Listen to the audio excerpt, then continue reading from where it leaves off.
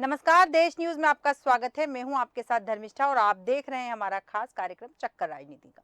मध्य प्रदेश में आज चुनाव प्रचार थम गया है। मध्य प्रदेश में आज चुनाव प्रचार के आखिरी दिन भारतीय जनता पार्टी और कांग्रेस ने अपने चुनाव प्रचार में अपनी पूरी ताकत लगा दी। मध्य प्रदेश में 17 नवंबर को मतदान होना है। 3 दिसंबर को नतीजों का ऐलान होगा। इससे पहले आज प्रदेश में यूपी के मुख्यमंत्री योगी आदित्यनाथ, कांग्रेस महासचिव प्रियंका गांधी, प्रदेश के मुख्यमंत्री शिवराज सिंह और पूर्व सीएम कमलनाथ समेत कई दिग्गज नेता जनसभाएं व रोड शो करते नजर आए। बीजेपी और कांग्रेस के अलावा आप, सपा और बसपा जैसे अन्य दलों ने भी अंतिम दिन पूरी ताकत लगाई।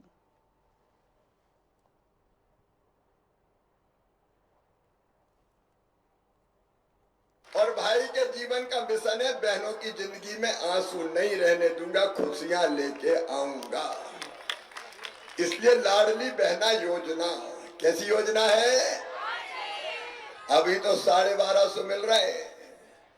7 तारीख को मैंने पैसा डाल दिया थे, आ गए थे कि नहीं? कांग्रेसियों ने बहुत रोका कि चुनाव का टाइम है, मत डालने दो, मामा चुपचाप डाल रहा है। मैंने कहा चुपचाप काय को, डंके की चोट डालूंगा मेरी बहनों के खाते में।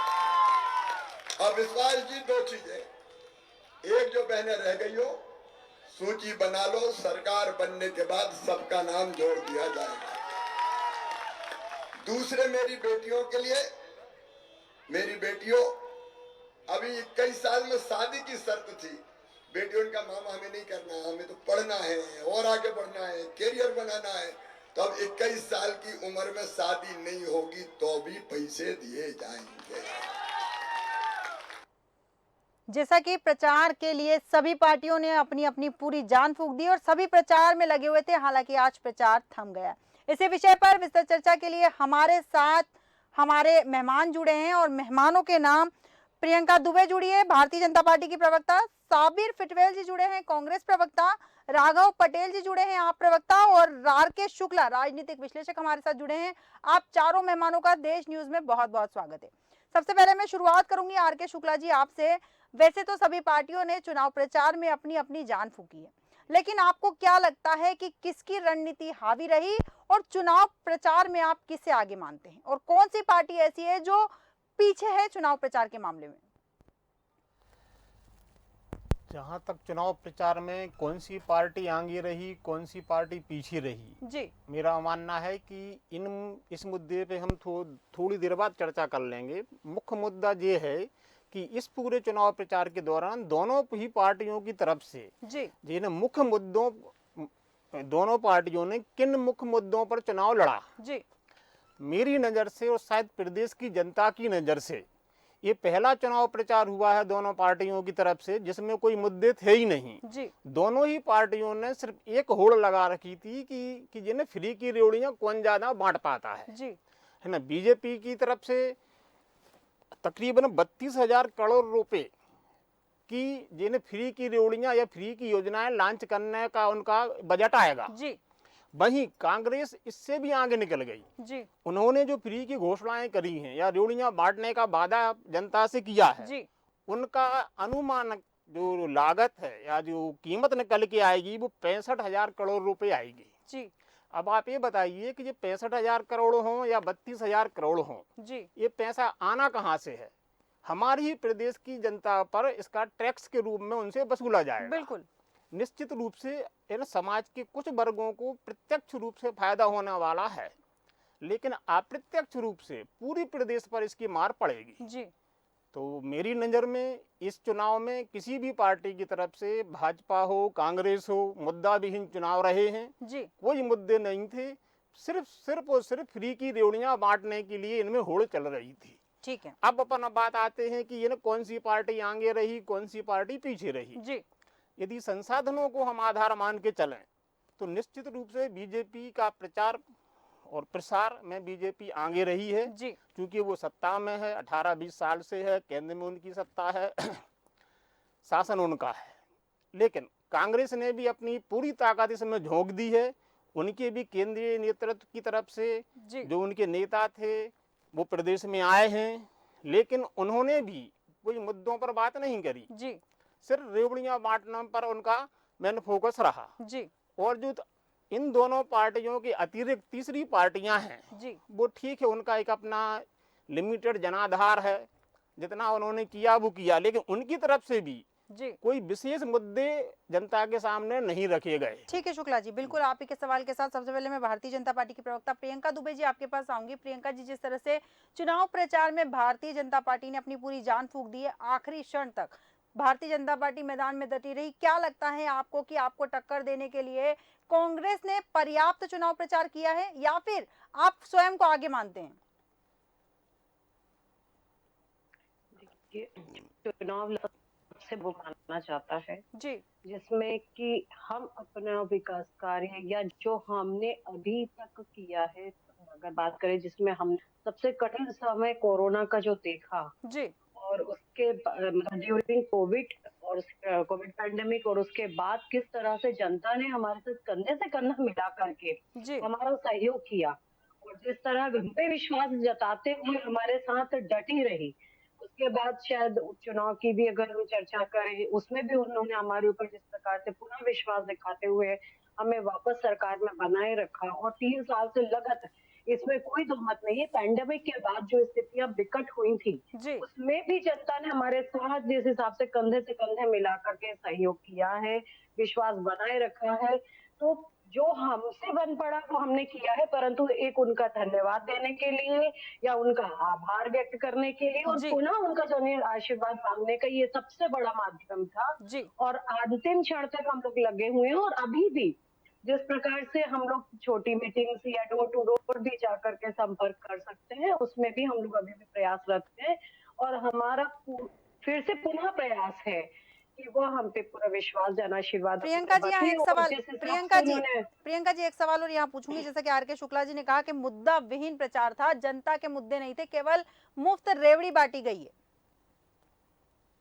देखिए, मुफ्त रेवड़ी तो मैं नहीं कहूंगी, जनहितैषी योजनाएं कुछ चीजें अगर शॉर्ट टाइम पे ऐसा लग सकता है कि वो मुफ्त की रेवड़ियां हो, जी परंतु वो उस वंचित तबके से अगर पूछा जाए जिसके लिए ये योजनाएं बनाई जाती है, जिनके लिए योजनाएं प्लांट की जा जी रही हैं, इनके लॉन्ग टर्म इफेक्ट्स बहुत अच्छे आते हैं। जैसे स्टार्टिंग में ऐसा प्रधानमंत्री आवास योजना जब कॉन्सेप्ट आया था, तब सभी लोगों को ऐसा लगता था कि ये क्यों किया जा रहा है, इससे क्या लाभ होगा, पर जिस हिसाब से स्वच्छता का ग्राफ बना, लोगों की सोच में परिवर्तन आया जी और उसका जिस तरीके से अगर हम बात करें अंतिम तबके तक या अंतिम पंक्ति के व्यक्ति तक जिस हिसाब से पक्के मकान बन करके और उनके मनोबल में जिस हिसाब से सरकार के प्रति विश्वास आया और जो उनकी सोच में परिवर्तन आया, जी इसको अगर हम देखें तो ये सामाजिक तौर पे बहुत बड़ा जागरण होता है, जिसमें एक शौचालय का विषय भी था।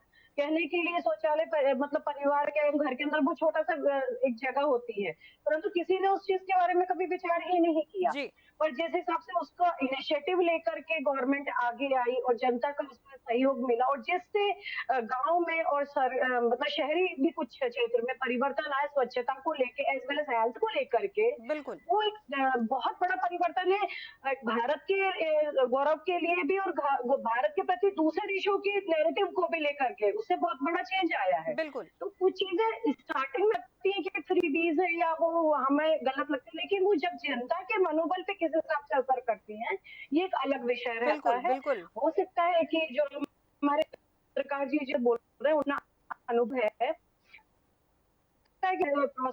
और उनकी चिंता एक तरीके से ठीक है प्रियंका जी, आपके पास वो पुनः बातें आऊंगी, प्रियंका जी आपके पास पुनः आऊंगी, उसके पहले साबिर फिटवेल जी आपके पास आऊंगी। आपसे जानना चाहूंगी कि जिस तरह से चुनाव प्रचार थम चुका है, आज अंतिम दिन था और भारतीय जनता पार्टी और कांग्रेस लगातार मैदान में थी, आप अपने को किस स्थान पर देखते हैं चुनाव प्रचार के मामले में? और जैसा कि आर के शुक्ला जी ने कहा कि कांग्रेस ने भी प्रचार के मामले में आगे तो थी, लेकिन उन्होंने भी फ्री में रेवड़ियां बांटने का काम किया है, जनहित के मुद्दे उनके प्रचार से भी लापता नजर आए। नहीं धर्मिष्ठा जी, कांग्रेस ने यह चुनाव महंगाई,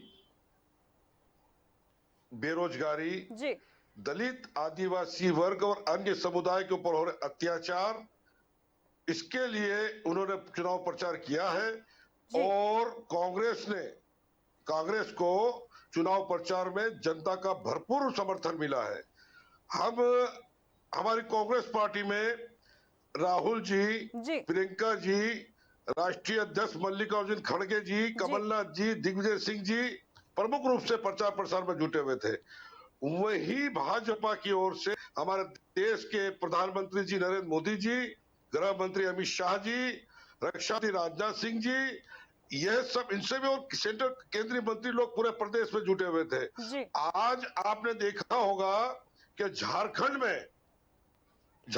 में प्रधानमंत्री नरेंद्र मोदी जी ने देश की जनता को एक लुभावना, एक जैसे कार्य किया है। किसान निधि जी की हजारों करोड़ की राशि आज उन्होंने डाली है।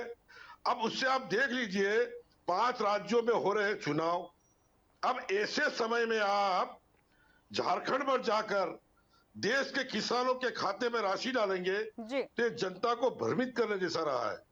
जनता जनार्दन अब सब कुछ समझ चुकी है।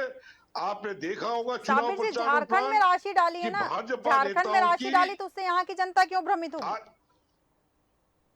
नहीं, किसानों, पूरे देश से किसानों की डाली ना किसान। अब उसमें आप देखिए इस राज्य के भी किसान भी तो है, मिजोरम के हैं, राजस्थान के हैं, छत्तीसगढ़ के हैं, मध्य प्रदेश के हैं। तो आपने झारखंड में जहां आचार संहिता का उल्लंघन नहीं होगा जी वहां आपने राशि का वितरण किया है। ठीक है प्रियंका जी, इसका जवाब आप देना चाहेंगी? साबिर जी की वैसे आवाज मैंने पूरी नहीं सुनी है, साबिर लेकिन जी फिर का भी कहना जहां है तक कि मुझे झारखंड में जो किसानों के अकाउंट में पैसे डाले गए हैं वो केवल जनता को किसानों को लुभाने के लिए डाले गए हैं। शाबिर जी शायद ये बात भूल गए हैं कि ऑनगोइंग स्कीम्स जो चलती रहती हैं उसका आचार संहिता से, इलेक्शन से, किसी भी चीज से कोई लेना देना नहीं होता है। ये मुद्दा इन लोगों ने मध्य प्रदेश गवर्नमेंट में भी लाडली बहना योजना को लेकर के उठाया था जी कि लाडली बहना स्कीम्स के पैसे कैसे डाले जा सकते हैं। अब जो कोई ऑनगोइंग स्कीम है उसको आप कैसे ड्रॉप कर सकते हैं? उसके अधिकार तो चुनाव आयोग ने उस चीज को रिजेक्ट भी किया है। तो साबिर भाई साहब ने शायद उस चीज को ध्यान से देखा नहीं है, अपडेट नहीं किया होगा। परंतु जो ऑनगोइंग स्कीम्स जो भी हैं चल रही है इस तरीके से तो आचार संहिता में गवर्नमेंट का काम ही बंद हो जाएगा अगर सारे स्कीम्स इस तरीके से बंद कर दी जाएंगी तो बिल्कुल तो रेगुलरली एस्टैब्लिश्ड है तो वो तो ऑनगोइंग रहती है। सम्मान निधि भी होगा, प्रधानमंत्री सम्मान निधि जो है वो केंद्र का विषय है और हर राज्य उससे बेनिफिशियरी है, चाहे वो इनके केंद्र में बात कर राजस्थान है तो वहां पे भी बेनिफिट्स प्रधानमंत्री योजनाओं के पहुंच रहे हैं और छत्तीसगढ़ भी है वहां पर भी पहुंच रहे हैं, कर्नाटक है वहां भी पहुंच रहे हैं। तो मतलब मध्य प्रदेश और छत्तीसगढ़ उससे वंचित कैसे रह सकते हैं या फिर हम बात करें झारखंड को उसको कैसे अलग रखा जा सकता है? ठीक है राघव पटेल जी, स्कीम्स के कुछ लेना देना नहीं है। ठीक है प्रियंका जी, पुनः आपके पास आऊंगी। राघव पटेल जी आपके पास आऊंगी। चुनाव प्रचार में जैसे भारतीय जनता पार्टी और कांग्रेस ने अपनी पूरी जान फूंक दी है, आम आदमी पार्टी भी चुनाव प्रचार के समय मैदान में थी। आप भी जनता के बीच में गए, किन मुद्दों के साथ गए थे चुनाव प्रचार के लिए जनता के बीच में, ये आपसे मैं जानना चाहूंगी।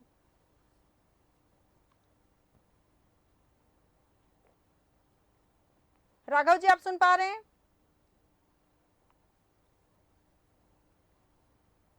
शायद राघव जी तक हमारी आवाज नहीं जा रही। आर के शुक्ला जी मैं आपके पास आऊंगी। जिस तरह से आपने बात कही कि फ्री रेवड़ी बांटने वाली जो आपने बात कही कि जनता के बीच में जाकर फ्री रेवड़ियां बांटी, साथ ही अगर देखें तो तमाम वादों के बावजूद यहाँ आरोप प्रत्यारोप का दौर भी चला। चुनाव प्रचार के दौरान सभी पार्टियों ने एक दूसरे पर जमकर आरोप लगाए। क्या लगता है कि जनता का जो मौन है अभी तक मौन में ही है जनता की, और उसने कहीं ना कहीं मन बना भी लिया है कि उसे कितने प्रतिशत और किस पार्टी को वोट देना है, वो सोच के पहले से बैठी है। कुछ सीटें ऐसी है जहां पर जनता अभी असमंजस की स्थिति में है, वो अंतिम समय में निर्णय जनता लेगी कि मुझे किस पार्टी को वोट देना है। ऐसे में क्या लगता है कि इस जो प्रचार का असर कितना देखने को मिलेगा जनता के मन पर?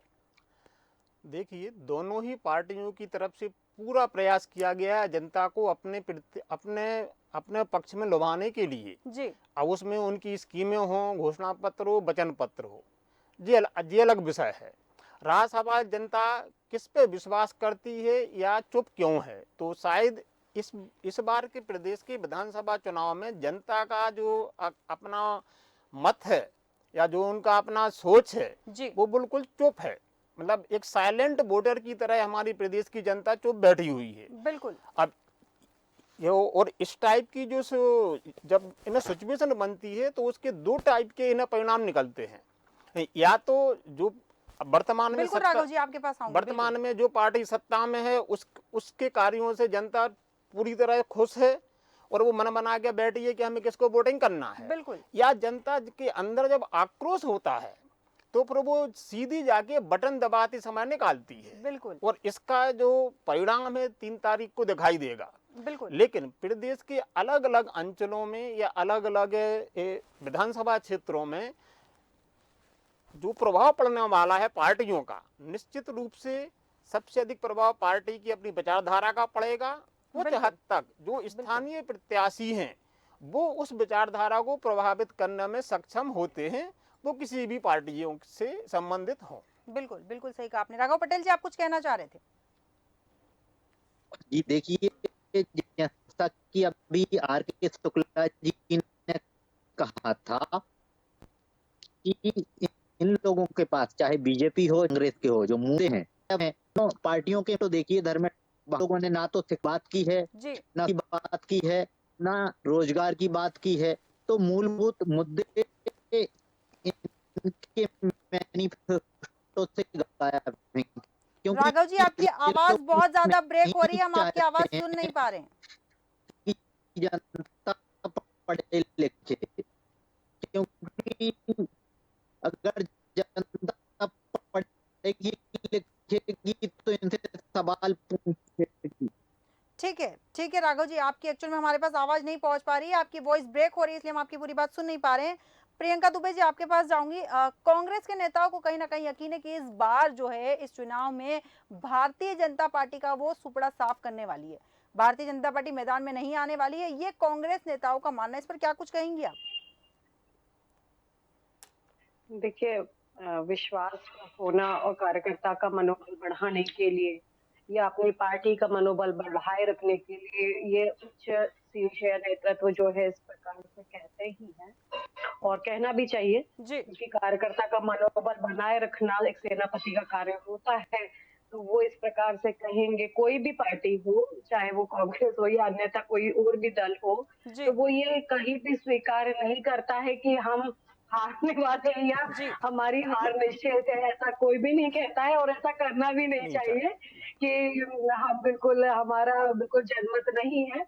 लेकिन जिस प्रकार से इनका अंतर्कलह रही है, जिसमें अरुण यादव जी या जिनके दूसरे जो वरिष्ठ नेता बिल्कुल प्रचार तक में सहयोग करने के लिए नहीं उतर पाए, उसका क्या कारण रहा, या इनकी सूची आने से पहले भी मतलब जैसे जन आक्रोश यात्राओं के समय मंच पे जिस तरह से बार बार कलह हो रही थी, कार्यकर्ता आपस में लड़ रहे थे, जीतू पटवारी जी के सामने जिस प्रकार से इनके पूर्व विधायक वर्तमान विधायक आपस में लड़ लिए, इंदौर में FIR हुई, डिंडोरी में महिला कार्यकर्ता आपस में भिड़ रहे। ठीक है, आप ही के सवाल के साथ साबिर फिटवेल जी के पास जाऊंगी। प्रियंका जी, आप ही के सवाल के साथ साबिर फिटवेल जी के पास जाऊंगी। साबिर जी, जिस तरह से प्रियंका जी ने कहा कि कहीं आपके जो दिग्गज नेता हैं वो चुनाव प्रचार में नदारद रहे और अंतरकलह लगातार कांग्रेस के सामने आती रही, क्या कुछ कहेंगे इस पर?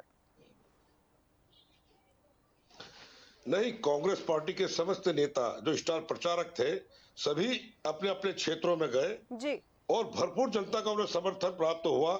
और जैसे आपने धर्मिष्ठा जी आपने कहा था कि कांग्रेस अब ये भारतीय जनता पार्टी को इस चुनाव में धूल चटाएगी, और मैं निश्चित दावे के साथ कहता हूं कि लगभग 140-50 सीटें लेकर कांग्रेस अपनी सरकार बना रही है जी, और भारतीय जनता पार्टी 70-80 सीट पर सिमट कर रह जाएगी जी। हमारे जो नेता हैं उन्हें इस चुनाव प्रचार में भरपूर समर्थन मिला है, और हमने और जनता ने भी देखा है कि कर्नाटक में जो कांग्रेस की सरकार बनी है, जो उसने वचन पत्र के जो वादे जो गारंटी ली थी वो पूर्ण की, उसको मध्य प्रदेश की जनता भी इस अंदाज में देख रही है कि मध्य प्रदेश में कांग्रेस की सरकार बनते ही कांग्रेस पार्टी, जो हमारे पूर्व मुख्यमंत्री कमलनाथ जी वचन के पक्के हैं, अपने पूरे जो कानून है उसको लागू करेंगे। और जो हमने झुंझुना नहीं दिया जी, जो लाडली बहना का झुंझुना भारतीय जनता पार्टी ने जो दिया था, कांग्रेस पार्टी ने सिर्फ 3 योजनाएं जो प्रमुख है उसको जनता ने स्वीकारा है। किसानों के लिए है, पढ़ो बढ़ाओ योजना है, नारी सम्मान योजना है, इन बिजली की समस्या का समाधान की योजना है। इस वचन पत्र के दावों को लेकर कांग्रेस मध्य प्रदेश की जनता ने कांग्रेस पर विश्वास जताया है, और आप निश्चित देखिएगा 3 दिसंबर को जो परिणाम आएंगे, कांग्रेस सरकार 140-50 सीटें लेकर मध्य प्रदेश में सरकार बनाई। ठीक है साबिर पटवेल जी, बिल्कुल आपने कहा है कि आपका विश्वास है कि कांग्रेस को जनता आशीर्वाद देगी और कांग्रेस की सरकार बनेगी। वहीं भारतीय जनता पार्टी का विश्वास है कि उन्हें जनता आशीर्वाद देगी और उनकी सरकार बनेगी। उसी प्रकार अन्य पार्टियों का भी यही विश्वास है कि उन्हें जनता आशीर्वाद देगी और उनकी सरकार बनेगी। अब देखना दिलचस्प होगा कि जनता आशीर्वाद आखिर कैसे देती है। आप चारों मेहमानों का, प्रियंका दुबे जी, साबिर पटवेल जी, राघव पटेल जी और आर.के. शुक्ला जी, आप चारों मेहमानों का हमारे साथ विस्तार चर्चा में शामिल होने के लिए बहुत बहुत धन्यवाद। मध्य प्रदेश में आज चुनाव प्रचार थम गया है। मध्य प्रदेश में आज चुनाव प्रचार के आखिरी दिन बीजेपी और कांग्रेस ने अपने अपने चुनाव प्रचार में अपनी पूरी ताकत लगा दी। मतदाताओं को दावों, वादों, जनसभाओं और आरोप प्रत्यारोपों से रिझाने का आज अंतिम दिन था।